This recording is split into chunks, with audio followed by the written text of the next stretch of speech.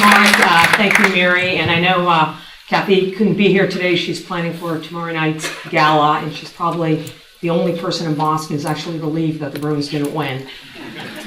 But this is really the coming out of the story. This is the first time we've told the story of the transformation of Bank of America publicly, and it's really quite fitting to do it in front of this audience, in front of the Ad Club, because without our agency partners, it wouldn't be possible. And I just wanted to take a moment to thank a few of the agencies. I know we have a few in the room. I think we're probably going to get a scope bill after this meeting. But, folks from, we have Hill Holiday, Lippincott, WPP, Digitas, Starcom. In addition, we have Weber, Octagon, and Boathouse. So just a round of applause for all those folks.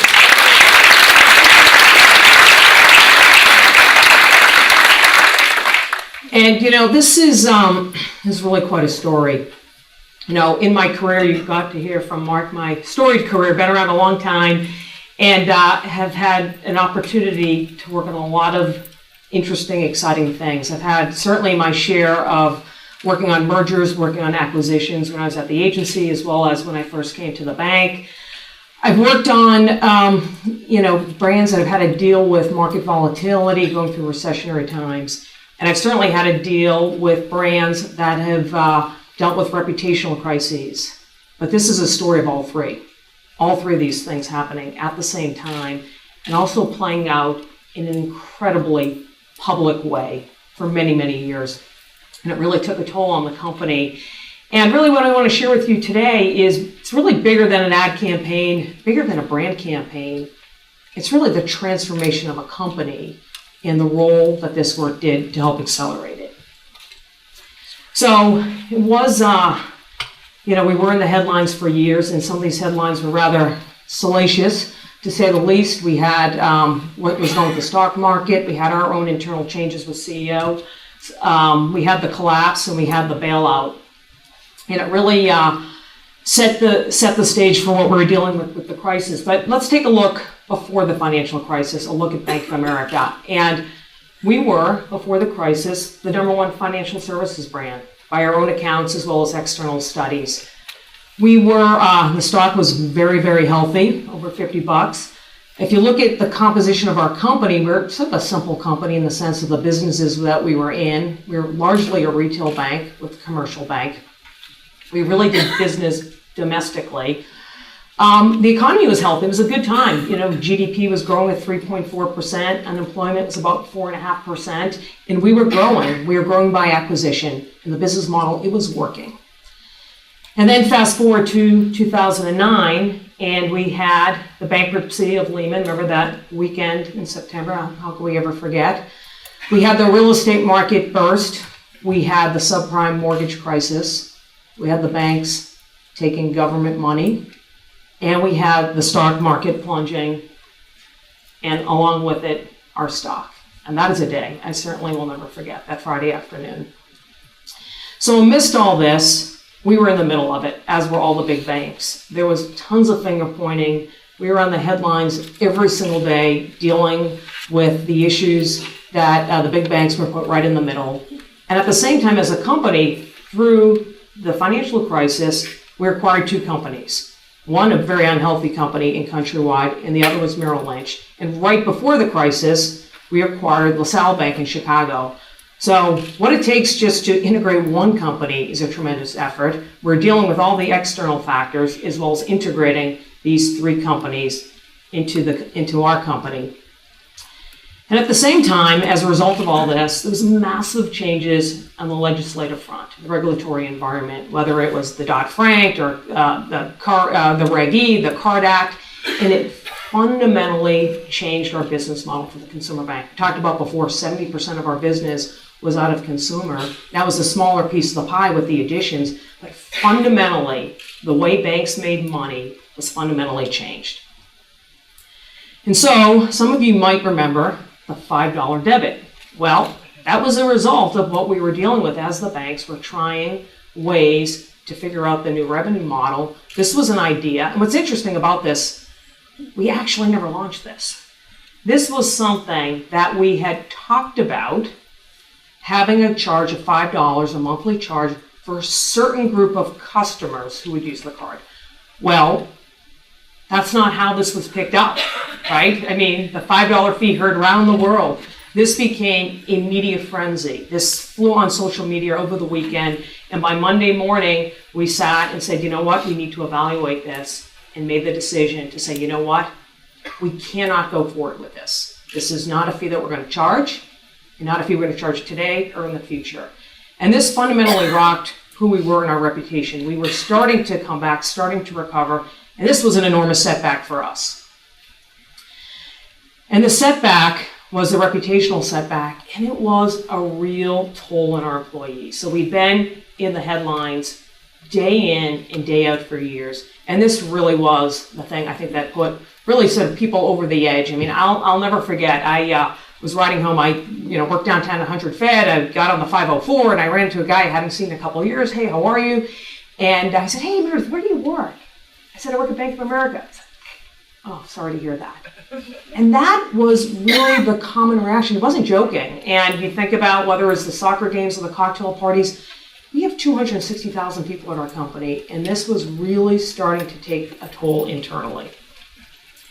And so all this was happening, the company fundamentally was transforming. So when Ken Lewis left in 2009, Brian Moynihan became the CEO in 2010, and Brian set out a very clear strategy for what we needed to do as a company. He focused on, first of all, simplifying the company. So what he did was we looked and he sold the non-core assets. And what that meant was things that we did that didn't fundamentally touch or benefit a customer, we sold off. We also looked to reduce expenses. We had a program called New BAC that we needed to take our expense base down. We also instilled a culture of risk management, obviously working very closely with the regulators. This was so important to the company and really fundamentally changing the way people thought about that. Also built our liquidity to ensure that if we had to withstand another financial crisis, we would be prepared. And also address the foreclosure issue. This is one of the biggest issues that we were dealing with.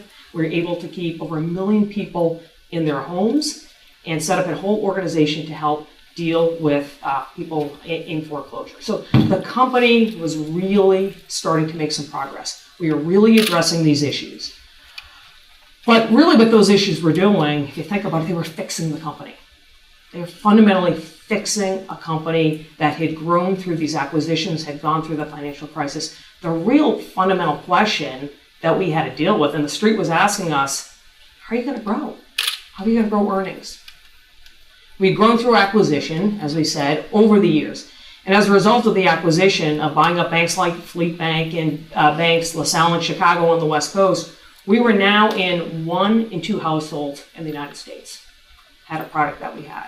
So what it told us is that we have this amazing opportunity right now to grow the company internally. So with the acquisitions we had, we now had an incredibly strong retail franchise. We had a very strong wealth management franchise in what we had with Merrill Lynch. We'd also previously acquired U.S. Trust. We also have a strong commercial bank and a strong global banking and markets business. We had what we wanted. We had this full set of capabilities. The real challenge was, how do you deliver it? How do you really take these multiple divisions, this company of all these siloed businesses, break down the silos, and really go to market and deliver for our customers what we had, our full set of capabilities to present this platform. So that was what we needed to do. We knew to do that, it was really fundamentally that we needed to deepen relationships. But the challenge for us was at a time when we need to build these relationships, we were suffering from a lack of trust. And it was not only Bank of America, frankly, it was the entire category, what we had gone through in the crisis. And here's just a couple statistics from Edelman that really tell the story. Only 45% of people trust financial services industry to do what is right. If you compare that to another category like technology, it was at 80%. And then 71% agree banks claim to have my interests at heart, but all they really care about are their own interests. So this notion that banks don't care about me, that's what we were dealing with. And at the same time, the other phenomenon that was happening is just the rise in social media. Back at the time when we did this, I think there was something like over 500 million daily visits to Facebook. This was the time of the Arab Spring. If you remember, Time Magazine, the Person of the Year was the protester in 2011. So this whole dynamic was happening where we see this whole deficit of trust and we see the rise in social media. So we said, let's take a closer look at this and say, is this just something that's temporal, or what are we dealing with here? And really what we discovered was this notion of trust in institutions has really been going on for decades. And so we went back and we looked at some Gallup data, and you can see across multiple institutions, whether it's organized religion, the medical system, newspapers, sorry for those vendors in the room, big business, and of course Congress at the bottom, they've all been declining rapidly over this 3-4 decade period. Interestingly, military is the only one that's gone up, and I'll touch upon that later.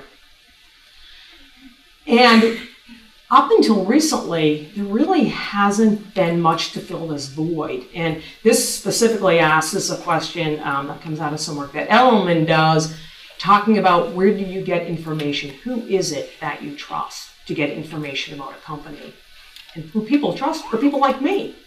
And with social media, now there is a way to get that opinion out there and to be influenced by it. So we were really interested in this to say, what does this mean for us? What does this mean for brands who are trying to connect? And really, the way we categorize it was we were in the institutional era.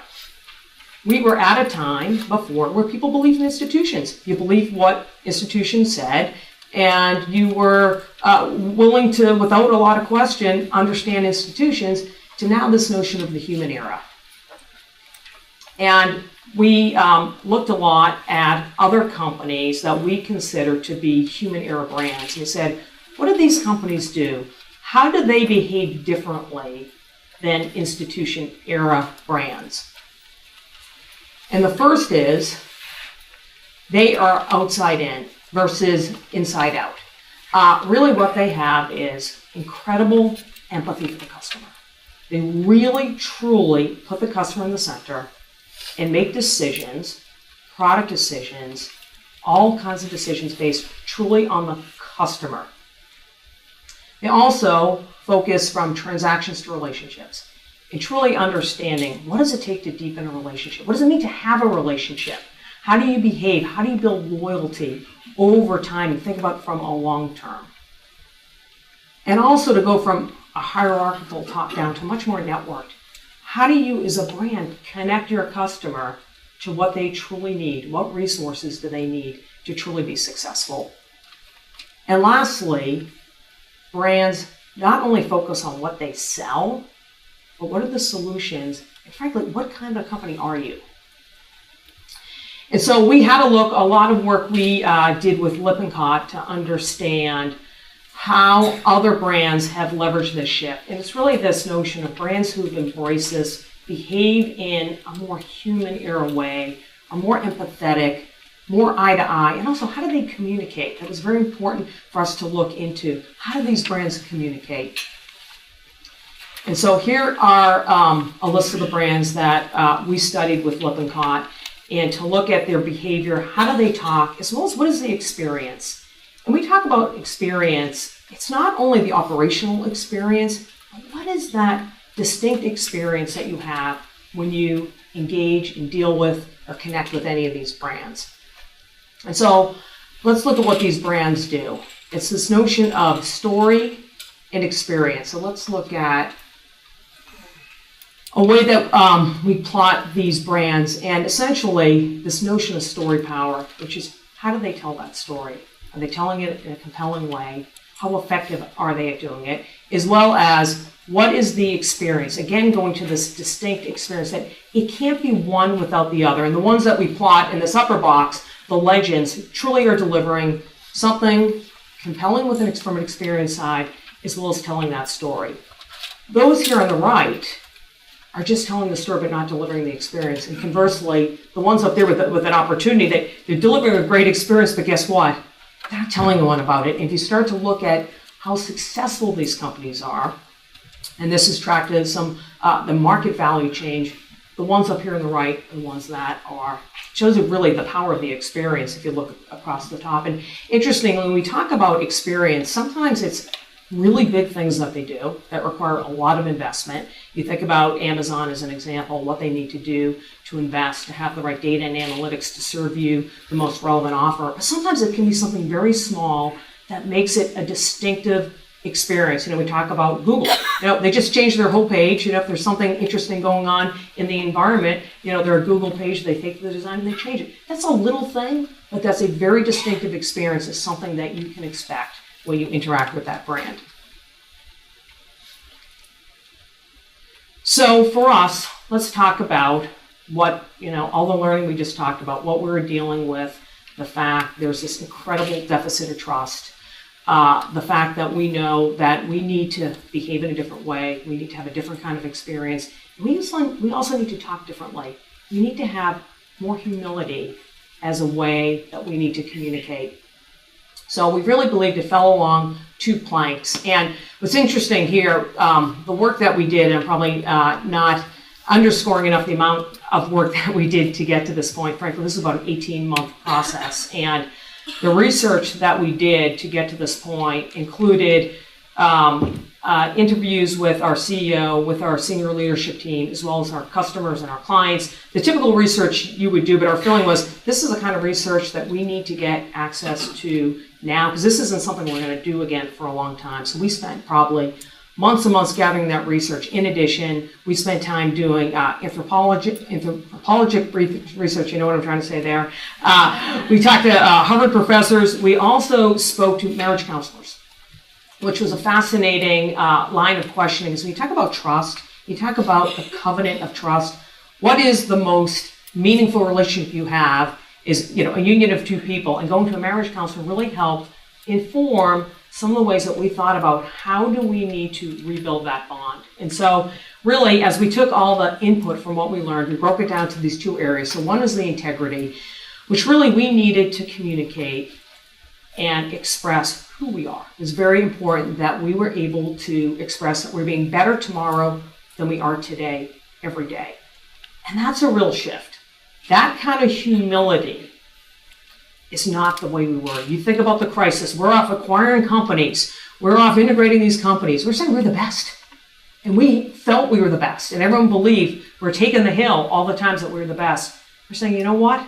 That isn't who we can be right now. We are operating in an entirely different world of who we need to be. The public will not respect that. They will not buy that. And in fact, that's not who we can behave that way anymore. Our behavior needs to change, and we need to have this level of humility. And then also, the other part of who we are needs to be about what we do, the competency. Fundamentally, we are a bank. There is a certain expectation about what we do, and we have to do it well. You can't just have the left side of the equation and be better. You have got to be competent at what you do in this industry. And we believe what we do is connect with our customers and clients and connect them to the solutions, expertise, and resources. We now have built this set of capabilities that can connect across our entire client set, whatever they need, whether you're a retail customer, whether you're a small business owner, you're a wealthy individual who wants to sell their business, you are a large corporate who wants to go internationally. We have this set of capabilities. We uniquely can connect you with what you need. So we tested this idea of connections and being better connected, and sort of it's a universal truth. It's like, most people say, yes, I would like to be better connected. We're better when we're connected. And 80% agree that connected to resources and expertise helps me achieve my goals. So we knew we were on to really a universal truth, that this makes sense to people. And so we believe that better connected had to be fundamental to what we called our convening idea or our position. What is the core idea that we have that we want to offer and communicate? So let's talk about better connected. Some of you might be like, okay, this makes sense for telecom. Doesn't Facebook say something like this? Help me understand a little bit more how this works for a bank. Well, first of all, we think this notion is very powerful. That, just going back to that research, people, it's kind of like a truism. Yeah, I want to be better connected. Whoops, thought that was a Bill slide. Kelly, help me out. All right, it's credible. So the notion of All right. We won't be building. We will be telling you the 4 reasons why Better Connected works. It's powerful. Believe it's a fundamental truth. It's credible. It is what we do. What we built does connect people to what any product or solution you can need in financial services. We think it's timely. This is something on people's mind. Being connected is very much of the moment, but it's also timeless. Even as technology changes, this idea of being connected is something that will only improve and only continue to be part of the gestalt of the times. So I'm just going to take you through a little bit of the manifesto to bring it to life in words, what Better Connected means for our positioning for Bank of America. We are in the connections business.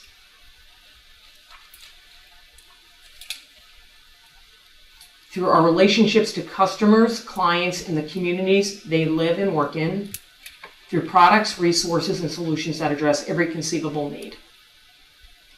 And through a global network of employees whose passion, expertise, and commitment are the envy of the industry. Combine these connections make Bank of America better, more unique, more responsive, and more formidable than any financial institution in the world.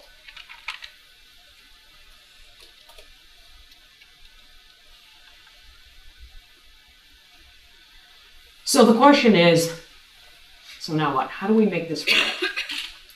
How do we bring this idea of better connections to life? How do we address the issues that we know that we need to, given where the industry is, from how they perceive us from a trust standpoint? And how do we deal with our 260,000 associates? And that, frankly, was job one, that we knew this needed to start inside the company first.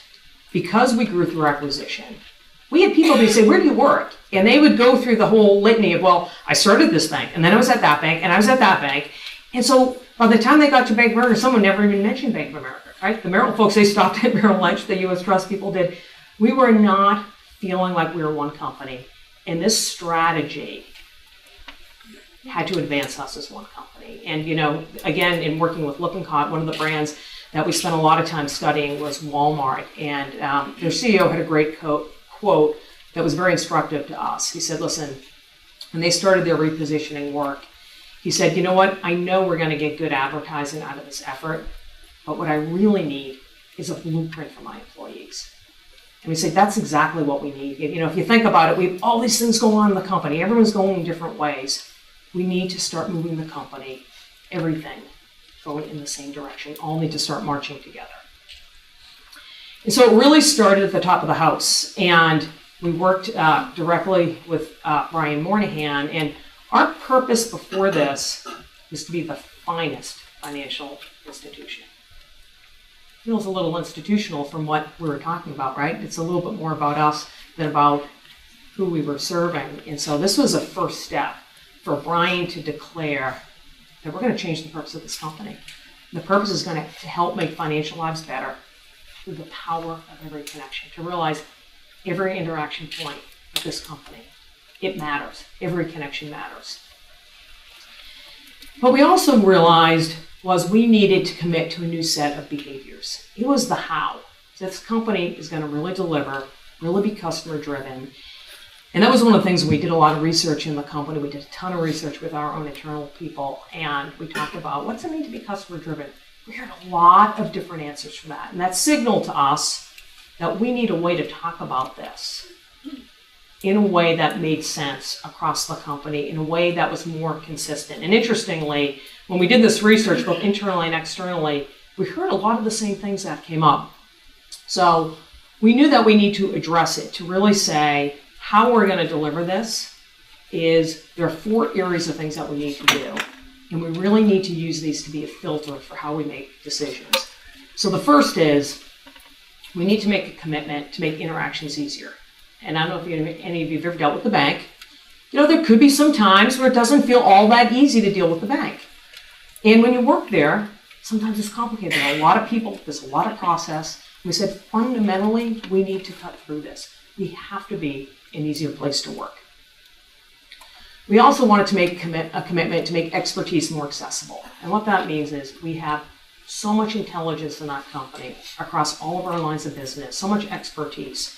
And it always doesn't get from point A to point B. If that's the business we're in the business, we provide guidance and advice, we have to make sure that expertise gets shared and brought to the right places.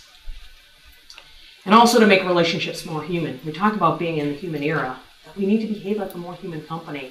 And human doesn't always mean people, because that's all of a sudden you think, all right, so you're going to be hiring a lot more people and you're going to have more people in your branches. Human is how you interact. You can have an interface on your mobile phone that feels more human. It says, hey, welcome back, John. That is more human. So this was a way for us to think about how, as a company, can we think about delivering a much more human experience and more human interaction. And lastly, you need to make a commitment that is success that is shared. And we go back to that quote that says, banks did not have my best interest in mind. This is what this needs to address. And this needs to be the question when we make a product decision. Is it shared success? Does the customer win? Are we winning? It's okay for us to win. We've got shareholders, but the customer has to win too. And so this really became a guiding set of principles for us as a company. And what we needed to do is really embrace our leadership in this. And so we started a journey where we sat with the senior leadership, and not the marketing leadership, but the leadership, the people who are running the businesses. And we sat with them. And I remember one of the meetings walking in, I think it was our wealth management team, and said, okay, we're here to talk about the brand. They said, oh, great, let's see the ads. I said, there are no ads. Like, what do you mean there are no ads? There are no ads. This is what we need to talk about. We need to talk about these commitments. Because if we are going to deliver this experience, and we're going to behave in a different way, we need to embrace these commitments. So we sat with our wealth management folks, with the retail folks. I remember 10 o'clock at night talking to the folks in Hong Kong, the people who run our global banking and markets across Asia. What does this mean for their businesses? And they really started to think about, okay, if we're making interactions easier, what is it we need to do? Or frankly, what is it we don't need to do? Because this needed to influence investment decisions. And really became the filter for the company. So we didn't want this information just to sit in a PowerPoint deck, because that's the fear, right? That you have this, you have all this great work, and then people talk about it. We needed people to really live these commitments. In fact, we call them a commitment because we wanted people to stand up and say, this is what I'm committed to do. And publicly to get that buy-in, to get that followership. So what we knew we needed to do was something symbolic to get people engaged. So in January, there was a meeting that Brian Moynihan held with 200 of our top senior leaders. And we took a plexiglass board with our flagscape, our logo, and we asked people just to sign it and put in there what their commitment was. So we had a public demonstration of how they were committed to better and how they were going to live the commitments. So let me just show you a snippet of that. And I hope this gets to you.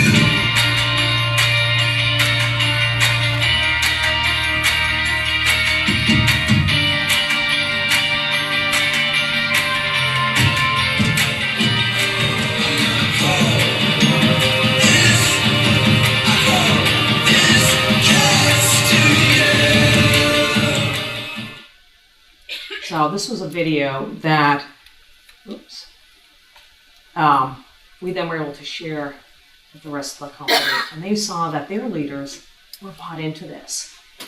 And then it really started to work its way through the company. People said, okay, so what am I going to do? How am I going to live these commitments? And so when you have 260,000 people across 40 countries, that's a lot of people to communicate to engage. And this became a framework to begin that discussion. We know it's not going to happen overnight. We think this is probably going to take well through the course of the rest of this year and into next year. But we really started to begin to penetrate, to get the whole company thinking along these lines. And what we also did was introduce an internal rallying cry or an internal tagline called "We're better when we're connected." And this really sums up the strategy. This is the business strategy in one line to say, we need to go to market as one company. We need to sell and work with our customers and clients to talk about the entire set of capabilities that we have. And the only way we can do it is if we work together. And if we work together well, we will be better as a company, we'll be better for our customers and clients, and we're truly better and we're connected. This is now part of the vernacular in the company. When people are getting together and someone does something and shows the impact of a referral from our wealth management group to our commercial bank, and they see the benefit of that referral and the benefit to the customer, they say, see, we are better and we're connected. And it is really taking hold as a way for us to describe what we need to do as a company. When we talk about it externally, we call it life's better and we're connected. That's the benefit. That's the benefit to our customers. It's not about us. Their life is better when they're connected to the resources that they need to live their lives. So let me take you through the story and experience in terms of how we went to market. So that was the internal, and we believed we needed to successfully communicate internally, engage people. We had a long time, and this was something, to be honest, was a point of a lot of debate internally. How long do you need to have this idea live internally before you go external? We're very eager to go external, right? We're very eager. We said, but we have to take our time. And we really did have a long period of time internally before we did go outside. And we went outside in early April, and we started with earned media. And what we did was, we started with a business story. So there wasn't a Stuart Elliott column about the campaign by design. Really, it was the story of the company. It was about the company transformation. How Brian had gone from fixing the company to being at this pivot, where now we're driving growth and what the new model is, about what we're doing in the banking centers, about what we're doing globally, and just this being really about the transformation of the company. And at the same time, we also wanted to talk about a couple of unique experiences. This goes back to the experience. This isn't an operational experience, but what are some of the experiences we can do as a company to connect people to what matters? So the first is around financial education.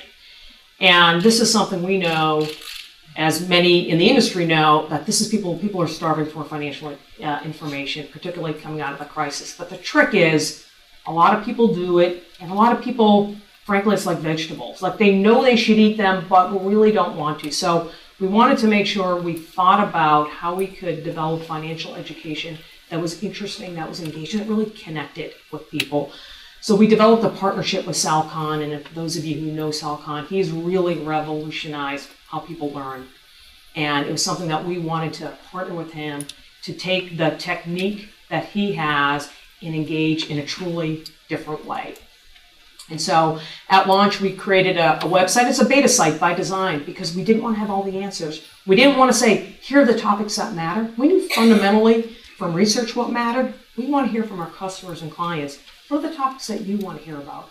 And we'll continue to build off of that to deliver more and more content. We also did seminars in our banking centers and just trying as a way to engage with customers on their terms. And this has been incredibly beneficial to our banking center folks because they're able to have a really different dialogue now.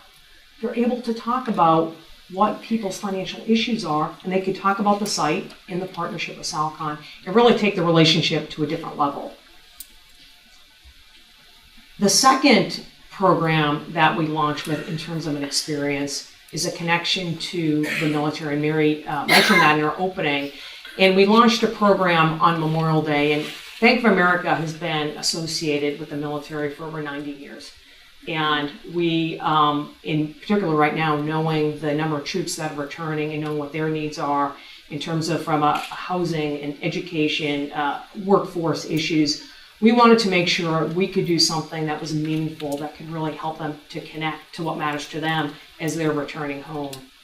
And so in partnership with Wounded Warriors and Welcome Back Veterans, which is a program Major League Baseball is aligned with, we created a program called Thank the Troops.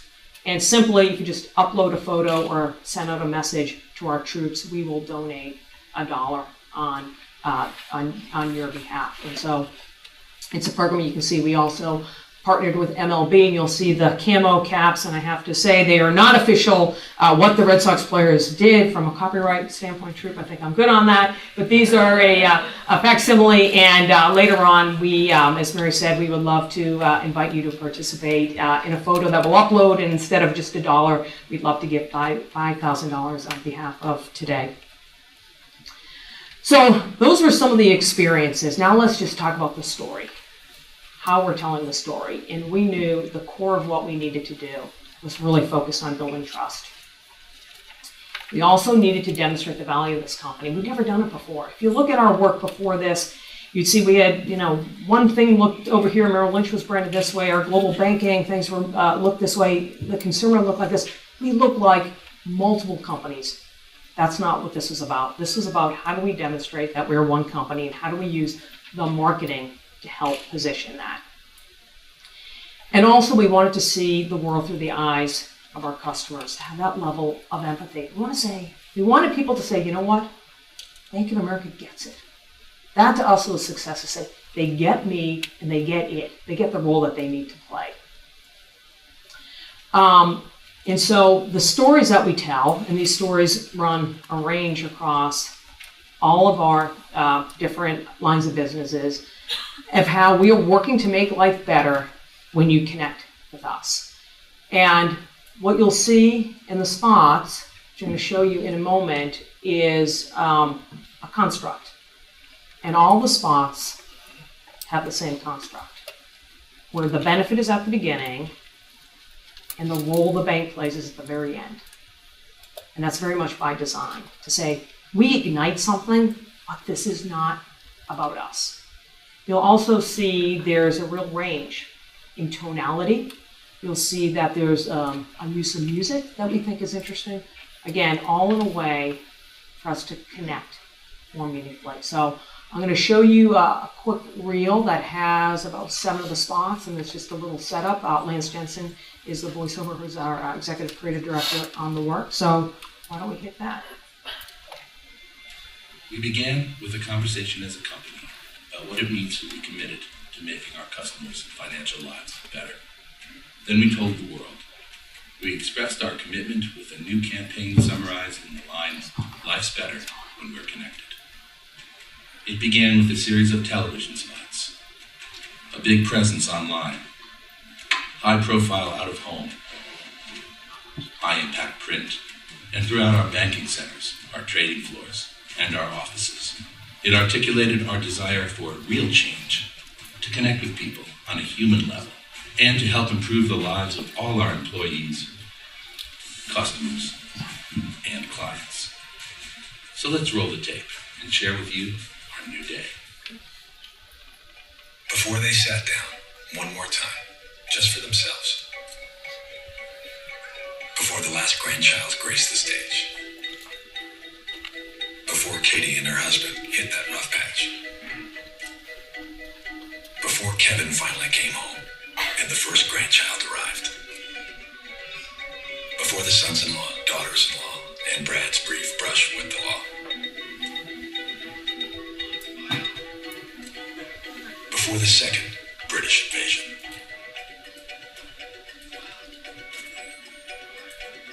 Before Katie, Debbie, Kevin, and Brad. Before they became a family. There was a connection that started it all and made the future the wonderful thing it turned out to be. We know we're not the center of your life, but we'll do our best to help you connect to what is.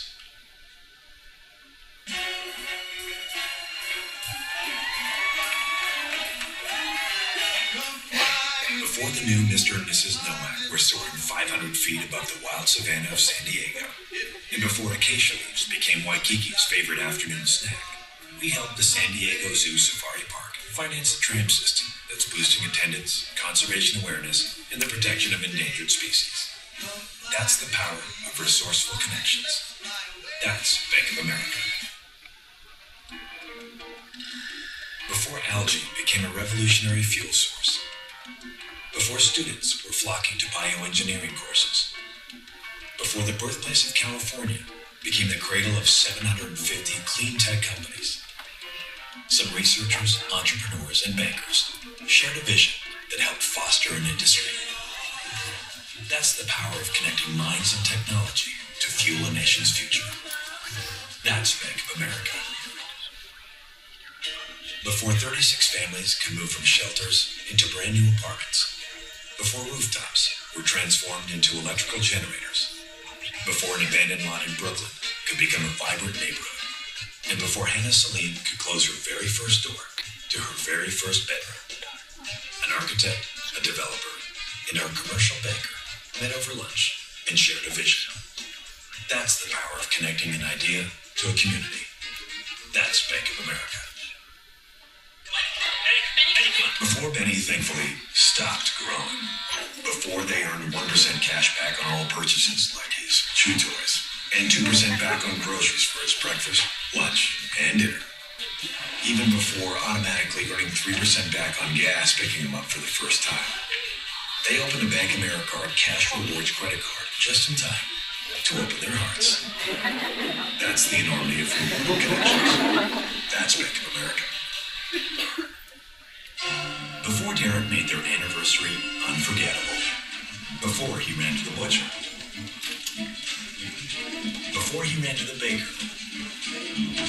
Before he ran to the candlestick seller person maker. Derek was in a bind, so he used Bank Amerideals from Bank of America to get cashback deals that made this anniversary one to remember. That's the romance of Bank Amerideals. That's Bank of America. Before Curtis settled up at the 19th hole. Before he missed his third three-footer of the day on 18. Before he said on 15.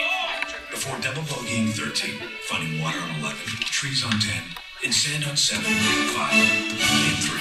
Curtis downloaded Bank of America's mobile banking app so he could securely send money using only an email address at the end of his round. That's the convenience of mobile connections. That's Bank of America.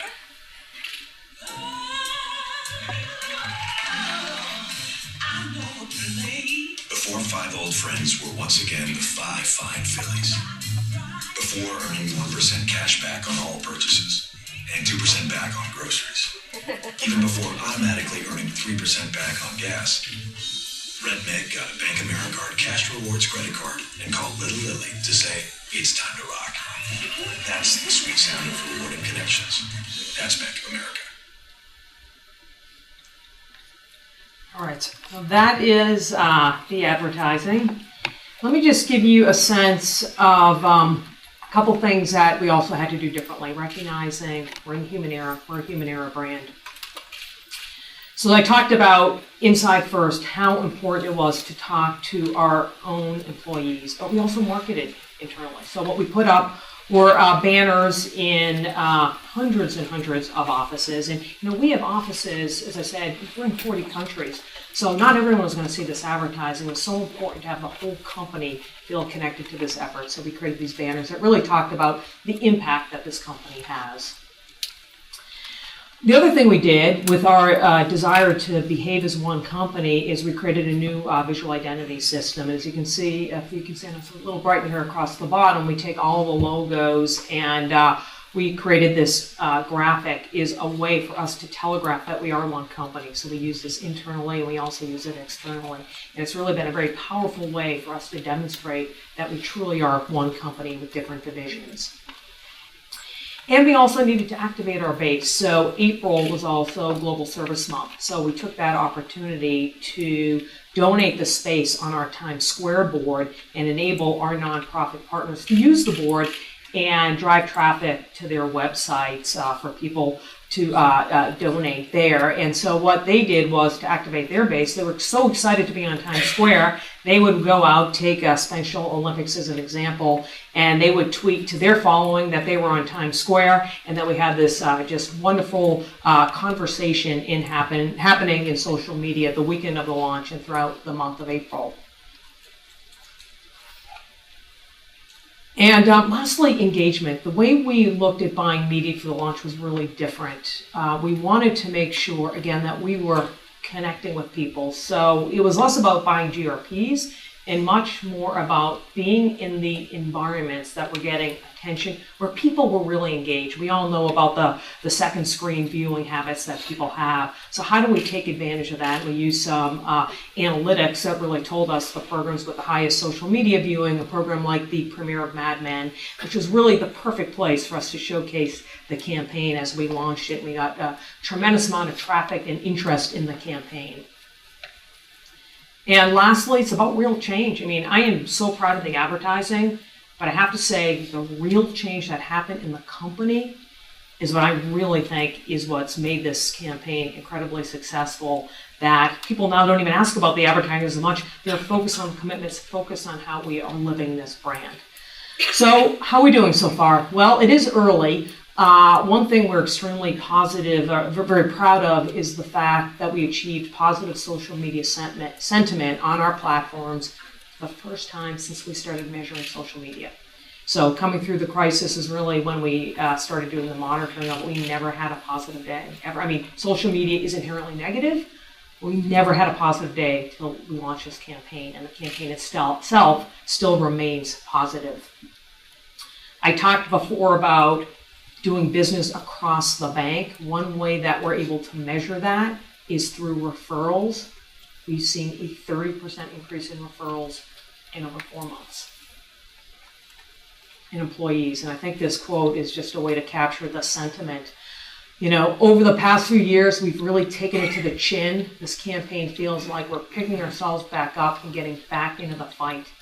People feel good. They feel proud again. And the press, again, we didn't do a big Stuart Elliott, we didn't do anything huge, but we were very selective, and we got very favorable press on the campaign. So what I'd like to do, I think, Mira, we have a time for a Q&A, and then we have an opportunity to do something fun at the end as well, but I'd love to take any questions that people have. Yes, I think we have our right now. Thank you for a great presentation, very instructive. I'm Kelly Chun and Associates. With the changing demographics, I'm wondering how some of these fabulous commercials translate into other cultures. I'm thinking of the Latino demographic in particular, and how you interpret that for that particular audience. Yeah, actually, we do extensive testing, whether through, copy testing through Millward Brown, as well as other research methodologies, and we certainly test it against a diverse audience. We've got a very diverse customer base, as you would imagine, so it does test well. One thing that we're also doing on the site, it's called bettermoneyhabits.com, if you'd like to check it out. We are also making sure that all the videos do appeal to the different diverse set of users that we have. So the use of graphics, as you'll see, it's the hand graphics, caricature type things, and to make sure, first of all, we've got the right topics that matter, and it's also representative of different groups, user groups. All right, next question. I don't believe it. Come on. Oh, in the back. Hi, I had a quick, in terms of how you present your operating results to senior management, what are the key metrics, and how do you get at them in such a large and multifaceted organization? I think that would be helpful to a lot of folks here. If you could share that. Yeah, so we have some, I would say we've got some behavioral metrics, so we can talk about the engagement so far. And right now, from the earliest results are much more engagement. So if you look at the financial website, right, we've had over 1.4 million views so far, which early on, having not put a lot of money to drive traffic there, and we look at how much time spent online, most of those videos, almost the majority of them have viewed 100% through. So what we have is some early learning behaviorally to say there's engagement, that this is working. We look at the troops, thank the troops. We've had over 240,000 people already show that behavior. So those are the behavioral ones. From the top of the house, we look at trust. We look at favorability as really top of the house. Those are going to take a long time to move. I mean, trust is going to be a slow mover. So part of what this is to recognize that this is going to be a long-term journey. But what are some of those leading indicators that say we're heading in the right direction? So even the research results we have off of the advertising that says that these ads are making an emotional connection. That is what we wanted. We did not have an emotional connection before. We're a very functional brand. We're moving from functional to emotional connection. So I think at this point 2 months in, we're able to show again some of the behavioral things, but over time, it's can we move those much more difficult to move metrics. Yep. Ryan Lester with Intel Corporation. I think this is great campaign, great work. How are you extending this into omni-channel, like the mobile experience and how people would take this and do it with a personal device? And also how you bring it into the branch so you make it more of a collaborative experience between the person in the branch and the end customer? Yeah, those are great questions. How do we take the brand and manifest itself in the mobile experience or in the banking center experience? And I'd say our mobile platform, we have 12.6 million mobile users, is, far and away, I would say one of the most human experiences we have, which is, this is what we talk about. Technology can be human in terms of what the interface is. And I think as we continue to build out the capabilities, I think it's some of this thinking that will help enhance that. The banking center has really transformed. And what we did the weekend of the launch, that Saturday, we brought pizza into every one of our banking centers and brought in new merchandising. And for that one weekend, that one Saturday, everyone really rebranded their banking centers, and it was a new day. And many of these people, they did it in their own free time because they wanted to be part of this rebrand to say, we are a new company. And so it's manifests itself by, frankly, it's the commitments, which is living the commitments. And in the consumer bank, they love to have 4 things to say. This is what I need to do day in and day out. This is how I need to live. These are the way I need to ask questions. So here's a great example. Before, someone would come in with something complicated and they would say, I don't think I can answer that potentially. Now, they're much more interested in saying, wait a minute, let me think about that before I respond. There's just a whole different level of going, again, it's from that transactional to yes, no, to much more of a relationship to say, before I respond, what more do I need to learn? Do I need to bring someone else in to help me answer this question? So it has fundamentally changed the way people in our banking centers now think. And what it's also done is give them a little bit more freedom to behave in a way that they want to be. They fundamentally want to be customer driven. Yep.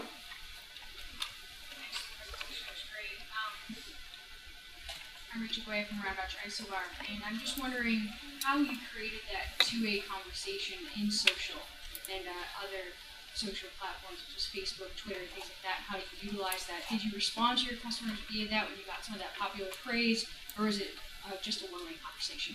Now, we definitely desired to have a two-way conversation, and so related specifically to the campaign, we just started engaging in a different way. So we launched on the NCAA that Saturday night semifinal games, and we just started with some basic conversation like, "Hey, you watching the game tonight?"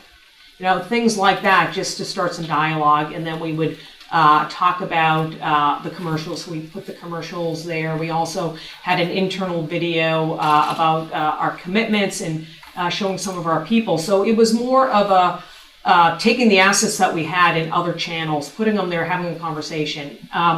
We also obviously get the topics that always come up, the typical topics. We also get complaints. We have a wonderful ability to service, to identify it's a service issue, how we can take that offline and service people. So we do respond, and we use, is conversational tone. In fact, our social channel has been more human. You have to be human, right? You can't be an institutional brand and be successful in social media. So I think about our social channel was well ahead of us being a human era brand, and now some of the other channels are catching up to it. From a process standpoint, we probably have, 2 meetings a day that we meet with our communications partners to make sure what we're doing in social is aligned. So we have a whole protocol and a process, and really what we want to do is make sure we're responding. And I think what we do in this channel, we almost push other channels to say, listen, if we want to respond here, maybe we should actually be responding in other channels too. So it's been a wonderful example of how we really need to live the brand. I just want to be sensitive to time because I know people need to get out of here, and we do have some wonderful prizes here. So shall we go to that part? Shall I hand over to you for a moment? Yes, I just want to say thank you for an outstanding presentation. And thank you for putting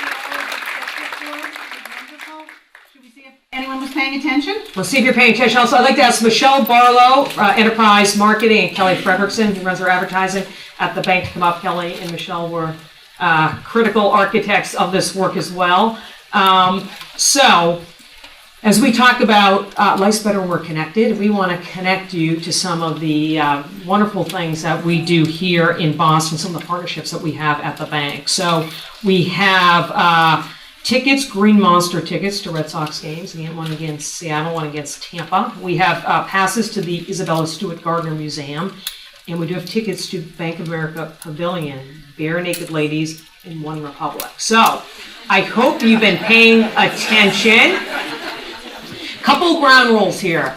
Don't shout out the answers. Okay, so we've got Kelly, Michelle and Kelly here to help us see. So what we're going to do, first we're going to do a practice. All right, let's see if you get the concept. All right. So the first question is, in our ad for cashback credit card, what breed of dog is Benny? Very good. Newfoundland, right. Okay, so that's what we do. You don't win anything, I'm sorry. Thank you for participating. Thank you for showing us how it's done. Okay. Now, let's see if you're really paying attention. In our spot about the married couple celebrating their anniversary, what song is used? Hint, it's the name of a Latin American country. And let's remind you what it was.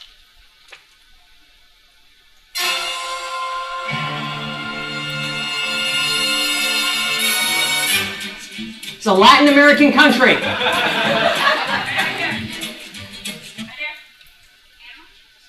Keep going. Latin America. Just shut up. Just think of another Latin American. Don't shut up. Yay! 2 tickets to Red Sox Tampa, July 23rd. For using your head. All right. All right. The next one. What song is playing as the newly married Noahs zip line above the San Diego Sea? Okay, first and next. Excellent. 2 tickets to Sox Tampa Bay, July 23rd. They're all yours. Okay, this one could go quick. Michelle, Kelly, pay attention. Next one. What is the name of the fictitious girl band featuring right back a little one? Excellent. 2 tickets to Sox Seattle game, July 31st. Enjoy. All right, this one could go quickly as well. Who performed the song used in our spot about the Dumont Green housing development in Brooklyn? Let's have a reminder.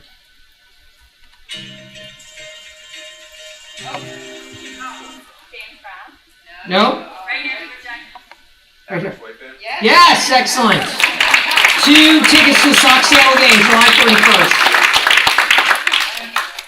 Okay, our golf spot featured music from what famous opera? Opera buff. Yes, excellent. Passes to Isabella Stewart Gardner Museum. In our spot about our partnership with Clean Tech in San Diego, we feature the music from a British rocker. Who is he? Excellent. Yep. 2 tickets to Bare Naked Ladies, UVA Pavilion, July 16th. All right, here's the One Republic. You ready? Who is the new voice of the campaign? Excellent. 2 tickets, One Republic show at UVA Pavilion, August 1st. That's it. That's it. Enjoy.